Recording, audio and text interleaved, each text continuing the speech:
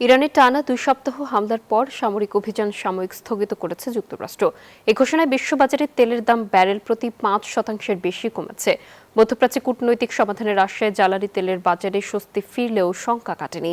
জ্বালানি বিশেষজ্ঞদের মতে উপসাগরীয় অঞ্চলে আবার সংঘাত বাড়লে তেলের দাম পৌঁছাতে পারে $200, আর কৌশলগত মজুত দিয়ে দীর্ঘ সময় বাজার সামাল দেওয়া বেশ কঠিন।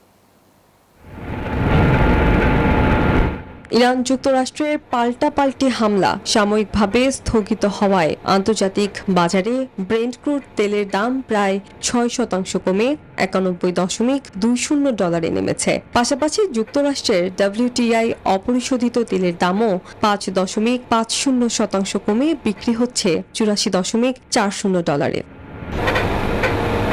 দাম কমায় সাময়িক স্বস্তি মিললেও ফিউচার মার্কেটের চেয়ে স্পট মার্কেটে তেলের দাম এখন অনেক বেশি। জ্বালানি বিশেষজ্ঞদের মতে স্পট মার্কেটেই প্রকৃত চাপ ফুটে উঠেছে। তাই সংঘাত ফের বাড়লে তেলের দাম ব্যারেল প্রতি $200 পর্যন্ত পৌঁছাতে পারে। সংশ্লিষ্টরা সতর্ক করে বলছেন, উপসাগরীয় অঞ্চলে তেল সরবরাহ ব্যাহত হলে বৈশ্বিক মজুত দিয়ে পরিস্থিতি সামাল দেওয়া অসম্ভব হয়ে পড়বে। এমনকি যুক্তরাষ্ট্রের কৌশলগত তেল মজুতও বর্তমান ব্যবহারের হারে 40 দিনের বেশি চলবে না। Desk report.